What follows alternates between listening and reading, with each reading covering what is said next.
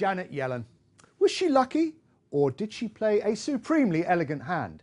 Market reaction to the Federal Reserve's much hyped interest rate hike could not have gone more smoothly for the central bank chair. Equity markets liked it. The dollar rose, but not by much. And the mood across the rest of the market was also pretty much benign. It's a long way from the mood of deep uncertainty of 3 months ago, when the Fed was divided and the market very suspicious of the Fed. A December hike? Forget it, they said. So, what changed? Miss Yellen won unanimous backing from her members, and market participants carried on with the Christmas shopping. How did the Fed chair manage such a swift change in fortunes? A number of factors played a part. For one thing, the Fed got better at communicating with that sceptical market. Miss Yellen and the hawks on her committee put the December liftoff clearly on the agenda. And though the doves offered the counter view, the hawks' message was, for a change, clear and consistent, and the arguments of the doves got lost. Then the data turned around. Remember those dreadful August payroll numbers? The payroll numbers thereafter came in loud and proud for those advocating that the US economy was indeed getting stronger. Added to the mix was some helpful actions from the likes of the People's Bank of China, whose renminbi devaluation, remember, in August, had caused all the market mayhem in the first place and had laid waste to Miss Yellen's September hike plans. The PBOC steadied the market and diverted attention from the movements of the renminbi with its very, very important bid for IMF reserve currency status.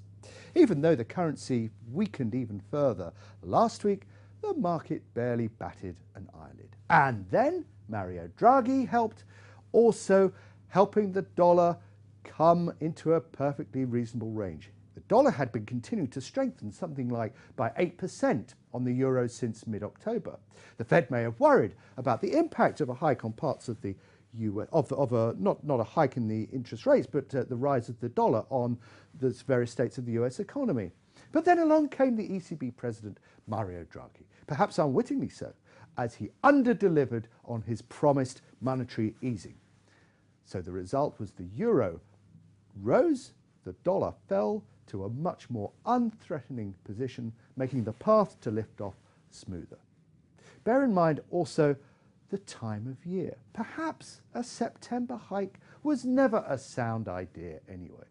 Simon Derrick at BNY Mellon points out how several past emerging market scares tend to take place over summer periods. Why? It's a time of illiquidity and difficult markets, as this graph shows.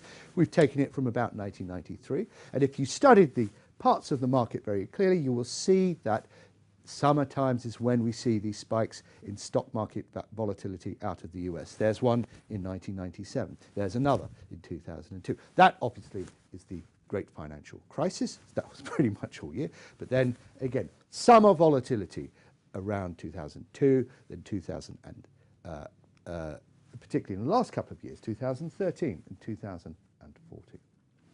But it's also been this year a pretty exhausted market. There was a bit of end-of-year relief rally in the dollar movements after the Fed announcement and today. It's been, what is it, a tough, demanding 12 months for investors.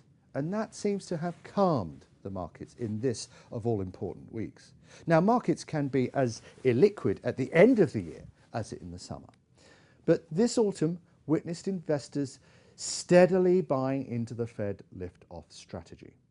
And the offstage noises of continuing oil price falls and emerging markets decline were reasonably put to one side. There was also frustration with all the uncertainty. Just get on with it, implored a number of central banks to the Fed. Miss Yellen finally got on with it. Maybe the result of a bit of luck and judgment there got her to where we are. But it's been a long wait. Why?